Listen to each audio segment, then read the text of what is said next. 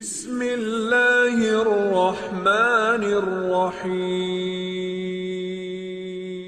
بسم اللہ الرحمن الرحیم۔ کتاب بدایۃ الحکمہ جس کے مصنف محمد حسین طباطبائی اور اس کے 10ویں مرحلے کی تمام فصول کا مباحثہ کر چکے ہیں، اور آج ہے اس کا خاتمہ۔ اور جو خاتمہ ہے اس کا عنوان بیسیکلی تو جو خاتمہ ہوتا ہے پورے جو مرحلہ اس کی تمام فصول کو ایک جامع کر کے اس کا ایک خلاصہ ہوتا ہے۔ تو یہ جو 10واں مرحلہ تھا یہ ہمارا تھا حرکت پر، اور حرکت ہم نے کہا تھا قوت سے فعل کی طرف حرکت، اور تدریجاً درجہ بدرجہ، اور یہ ہم نے پڑھا تھا کہ یہ حرکات جسم پر آتی ہیں جو کہ مادہ اور صورت کے ملنے سے بنتا ہے۔ تو اس خاتمے میں مصنف نے ایک تو اس مادہ کی تھوڑی سی وضاحت کی ہے کہ یہ مادہ کیا چیز ہے۔ مادہ کو کہتے ہیں مادہ بالقوہ یا ما بالقوہ، وہ چیز جو بالقوہ ہوتی ہے۔ ہم کہتے ہیں نا مادہ میں قوت پائی جاتی ہے، تو اس لیے اس کو یا مادہ بالقوہ یا وہ چیز جس میں قوت پائی جاتی ہے۔ تو اس کی تعریف کی ہے مصنف نے، اس قوت کی یا ما بالقوہ کی، اس کی اس نے تعریف کی ہے۔ تو اس کی 4 قسم کی قوت کی تعریف ہے، قوت یا ما جس میں قوت پائی جاتی ہے۔ پہلی جو تعریف اس نے کی ہے وہ قوت کی، وہ مبدأ قوت، مبدأ یعنی مبدأ وہ شے جس میں قوت جاتی ہے، یعنی جس سے قوت ظاہر ہوتی ہو، یہ مبدأ قوت۔ تو مبدأ قوت اصل میں کیا ہے؟ مادہ اولا، جو پہلا کلی مادہ اولا ہے۔ ہم نے عرض کیا تھا کہ یہ جو جسم بنتا ہے یہ مادہ اولا، اور اس پر صورت جسمیہ آتی ہے۔ اس سے جو پہلا جسم بنتا ہے وہ تمام جسمانی اشیاء اس میں مشترک ہیں، اس میں یہ جسمی جو صورت جسمیہ ہے اور وہ مادہ وہ سب میں ایک ہے۔ اس سے اگلی جو صورت آتی ہے وہ صورت نوعیہ ہوتی ہے، جس سے ہم مختلف اشیاء کی مختلف انواع دیکھتے ہیں۔ تو وہ جو مختلف اجسام ہیں ان میں ہر قسم میں اس سے اگلی صورت جو ہوتی ہے اس کے اختلاف کی وجہ سے ایک ٹھوس چیز نظر آتی ہے، مائع، گیس، یا اور دوسری جو اشیاء نظر آتی ہیں، لیکن صورت جسمیہ میں سب شریک ہوتے ہیں۔ آج موضوع ہے مادہ۔ مادہ میں ایک تعریف ہوتی ہے خود مبدأ قوت، قوت کا جو مبدأ ہے وہ مادہ اولا ہے، جس پر صورتیں آتی ہیں، یہ قوت کا حامل ہوتے ہیں۔ اس کو کہتے ہیں حامل قوت، قوت کو پائے ہوئے ہونے والا، یا اس میں استعداد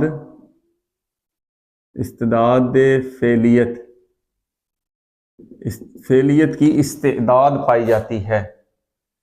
اب اس مبدأ قوت کے مقابلے میں ایک دوسرا تعریف ہوتی ہے، وہ ہے خود نفس قوت۔ مبدأ قوت کو نہیں دیکھنا، خود قوت کیا شے ہے۔ جب ہم کہیں گے قوت کیا شے ہے تو ہم نے مادہ کی کیا تعریف کی تھی کہ وہ قوت کو پائے ہوئے ہوتا ہے، اور پھر یہ جو مادہ ہے ہم نے اس پہ ایک اور بات کی تھی کہ اس میں استعداد امکانی پایا جاتا ہے۔ استعداد امکانی سے مراد کیا ہے؟ اس میں استعداد تو پائی جاتی ہے کس چیز کی؟ کسی چیز کو قبول کرنے کی۔ تو صورت جسمیہ کو قبول کرنے کی اس میں استعداد ہوتی ہے، امکان پایا جاتا ہے کہ وہ قبول کرے یا نہ کرے۔ جب شرائط پوری ہوں گی تو وہ قبول کرے گا، شرائط پوری نہیں ہوگی تو وہ قبول نہیں کریں گے۔ تو جب یہ استعداد امکانی کی جہت سے اس کو دیکھیں گے مادہ کی قوت کو، تو وہ خود نفس قوت جو ہے وہ ایک استعداد امکانی ہے۔ جب یہ استعداد امکانی ہوا تو یہ تو عرض ہوا، اور عرض جوہر کا محتاج ہوتا ہے۔ اس مادہ جوہر پر یہ عرض کے طور پر پایا جاتا ہے۔ جو مادہ ہے جوہر، اس پر یہ بطور عرض خود مادہ جوہر ہے، اور اگر اس قوت کو دیکھیں گے تو اس کے لیے یہ عرض ہے۔ ایک دفعہ یہ دیکھیں، جب ہم قوت کو دیکھتے ہیں اس مادہ کے لحاظ سے، یہ دو تعریفیں آتی ہیں. وہ کہتے ہیں کہ یہ جو ہم قوت کا لفظ استعمال کرتے ہیں مادہ بالقوہ مادہ بالقوہ، تو یہ فعل میں بھی استعمال ہوتا ہے. ایک دفعہ اس کو مبدأ فعل، یہ کس کے مقابلے میں؟ مبدأ قوت کے مقابلے میں مبدأ فعل. آپ کہیں گے مبدأ فعل سے کیا مراد ہے؟ تو اکثر اوقات آپ دیکھیں جو انسان کے انسانی جو قوتیں ہیں،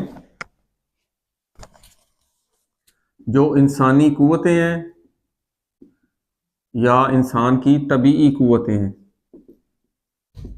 جہاں سے افعال فعل صادر ہوتا ہے، وہ مبدا اس لیے کہہ رہے ہیں نا، فعل کا مبدا جہاں سے فعل صادر ہوتا ہے. تو اصل تو مبدا قوت تو مادہ ہے، اس پر صورت آتی ہے، لیکن انسانی جو قوتیں ہیں جیسے انسان کی قوت باصرہ ہے، قوت سامعہ ہے، یہ جو انسانی قوتیں ہیں یہ جو ہیں ان کو قوتیں کیوں کہہ رہے ہیں؟ ان سے فعل صادر ہوتا ہے. اب جو بس قوت باصرہ ہے اس سے انسان دیکھتا ہے، فعل دیکھنا ایک فعل ہے. وہ قوت کس قوت سے ہوتا ہے؟ یہ جو قوت باصرہ انسان میں پائی جاتی ہے. اسی طرح انسان کے اندر طبیعی قوتیں بھی ہوتی ہیں، جو انسان کے بدن کے اندر آپ سے عرض کیا تھا طبیعی حرکت کون سی ہوتی ہے جس میں بندے کو یا اس فاعل کو اس کا علم نہیں ہوتا لیکن وہ ہو رہی ہوتی ہیں، جیسے نظام ہے، نظام اخراج ہے، نظام تنفس ہے، جتنے بھی نظام انسانی جسم میں پائے جاتے ہیں یہ طبیعی ہیں.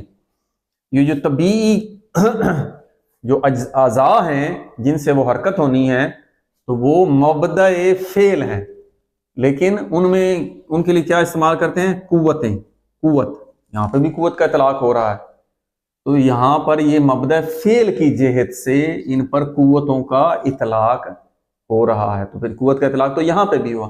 یہ ہو گیا تیسری، مبدأ قوت کے مقابلے میں مبدأ فعل، یہاں پر بھی قوت کا اطلاق ہوتا ہے، استعمال ہوتا ہے. چوتھا ہے خود فعل پر بھی، یا کہیں فعل کے اثر پر، یا ان قوتوں کا جو اثر ہوتا ہے، ان سے جو فعل صادر ہوتا ہے ان کے اثر پر بھی قوت کا اطلاق ہوتا ہے. وہ خود نفس سے، یہ نفس قوت ہے تو پھر یہاں پر ایک جیسے نفس فعل، اس خود فعل پر بھی، اور وہ فعل کیا ہوتا ہے؟ وہ اثر ہوتا ہے ان قوتوں کا، ان قوتوں کا وہ اثر ہوتا ہے. قوت کے اثر پر بھی استعمال ہوتا ہے. لیکن ایک بات یاد رکھیں، ان دونوں میں شدت کو آپ نے ملحوظ خاطر رکھنا ہے کہ قوت شدید ہو تب یہ مبدأ فعل میں یا فعل کے اثر میں قوت کے لفظ کا اطلاق ہوتا ہے. یہ چار معانی میں اطلاق ہوتا ہے کس کا؟ قوت کا. تو اس کا متن حل کر لیتے ہیں. بسم اللہ الرحمن الرحیم. خاتمہ لیعلم، آپ کو جاننا چاہیے کہ ان القوت او ما بالقوہ، یعنی قوت یا وہ چیز جو بالقوہ، ما بالقوہ، کما تطلق علی، ان کا استعمال قوت اور ما جو بالقوہ ہے اس کا اطلاق ہوتا ہے علی حیثیت القبول، یعنی اس کی تعریف کر رہے ہیں. ما بالقوہ سے مراد کیا ہے؟ جن میں قبولی جہت پائی جاتی ہے، یہ قابل ہوتے ہیں، اس لیے ان کو قابل کہتے ہیں کہ یہ صورتوں کو قبول کرنے کی صلاحیت ہوتی ہے، فعل کو قبول کرنے کی صلاحیت ہوتی ہے، اس لیے کہتے ہیں علی حیثیت القبول، قبول کرنے کی حیثیت. اس لیے جب قبول کرنے کی حیثیت یعنی یہ قابل ہوتے ہیں. مادہ جو ہے وہ قابل ہے اور جو صورت ہے وہ فاعل اس کو کہتے ہیں. کہتے ہیں کہ یہ جو قبولی حیثیت پر قوت یا ما بالقوہ کا استعمال ہوتا ہے، کس پر؟ قبولی جہت پر. لیکن وہ کہہ رہے ہیں کذالک تطلق کو، یہ جو قوہ اور ما بالقوہ اس کا اطلاق ہوتا ہے علی حیثیت الفعل، فعل پہ بھی. یہ قبولی جہت ہے اور یہ دو، وہ کہتے ہیں یہاں پر تو ہوتا ہی ہوتا ہے مادہ بالقوہ، یہاں پر تو ہوگا ہی ہوگا خود جب قوت کی تعریف کریں گے یا مبدأ قوت. لیکن وہ کہتے ہیں فعل پر بھی قوت کا اطلاق ہوتا ہے. کب؟ اذا کانت شدیدتاً، اس لیے ہم نے کہا تھا یہ شرط جب وہ فعل میں قوت شدید ہو.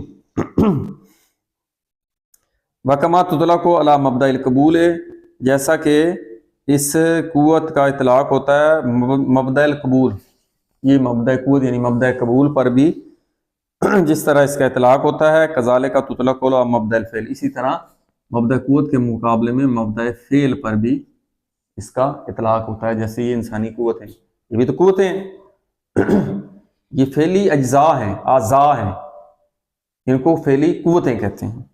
تو اس لیے کہہ رہے ہیں جیسا کہ مبدأ قوت پر اطلاق ہوتا ہے ایسے ہی مبدأ فعل یہاں سے فعل ظاہر ہوتا ہے، وہ مبدأ. مثلا انسان کی باصرہ سامعہ سننے کی قوت، اس سننے کی قوت سے انسان سنتا ہے تو اس پر بھی قوت کا اطلاق ہو رہا ہے، حالانکہ یہ فعلی جزو ہے، فعلی عضو بھی ہے. کہہ رہے ہیں جس طرح یہ مبدأ قبول پر اس کا اطلاق ہوتا ہے اسی طرح مبدأ فعل پر بھی. اب یہ خود بتائیں گے آگے. اسی طرح کما تطلق القوى نفسانیہ، اسی طرح یہ اس کا اطلاق قوت انسانی پر بھی، انسانی قوتوں پر بھی اطلاق ہوتا ہے. اب وہ کہہ رہے ہیں انسانی قوتوں سے یا نفسانی قوتوں سے کیا مراد ہے؟ وَيُرَادُ بِهَا، اس کو نفسانی قوتوں سے مراد ہے مبادئ الآثار نفسانیہ، کہ انسانی جو نفس سے آثار ظاہر ہوتے ہیں ان کے مبدا یہی ہوگا نا انسانی قوت، یہاں سے اثر دیکھنا، سننا، چکھنا. یہ کہہ رہے ہیں اس سے مراد کیا ہیں؟ جو نفسانی آثار کے مبادی ہیں وہ کون سے ہیں؟ من ابصار و سمع و تخیل وغیرہ ذالک، اسی طرح دوسرے بھی. وَكَذَلِكَ الْقُوَّةُ الطَّبِيَّةُ لِمَبَادِئِ الْآثَارِ الطَّبِيَّةِ، اسی وجہ سے جو طبیعی قوتیں ہوتی ہیں، اور اسی طرح وَيَتَبُوَّ ان جو طبیعی آثار کے مبادی، یہ آثار ہیں، ہم نے کہا تھا خود جو فعل اثر ظاہر ہو رہا ہے، دیکھنا، سننا، ان کے مبادی ہیں یہ قوت ہے. تو یہاں تک یہ متن حل ہو گیا. آگے جو شروع ہو رہا ہے وہ ہے، چونکہ یہ موضوع تھا خاتمے میں انہوں نے لیا قوت، تو قوت ایک جزو ہے کس کا؟ قدرت کا. یہاں پر مصنف نے قدرت کی تعریف کی ہے کہ جو بھی فاعل ہے یا علت فاعلی ہے اس کے ساتھ قدرت ہوگی، علت فاعلی میں قوت ہوگی. اس قوت کے ساتھ اگر علم اور مشیت بھی مل جائیں تو یہ بن جائے گی تعریف کس کی؟ قدرت کی.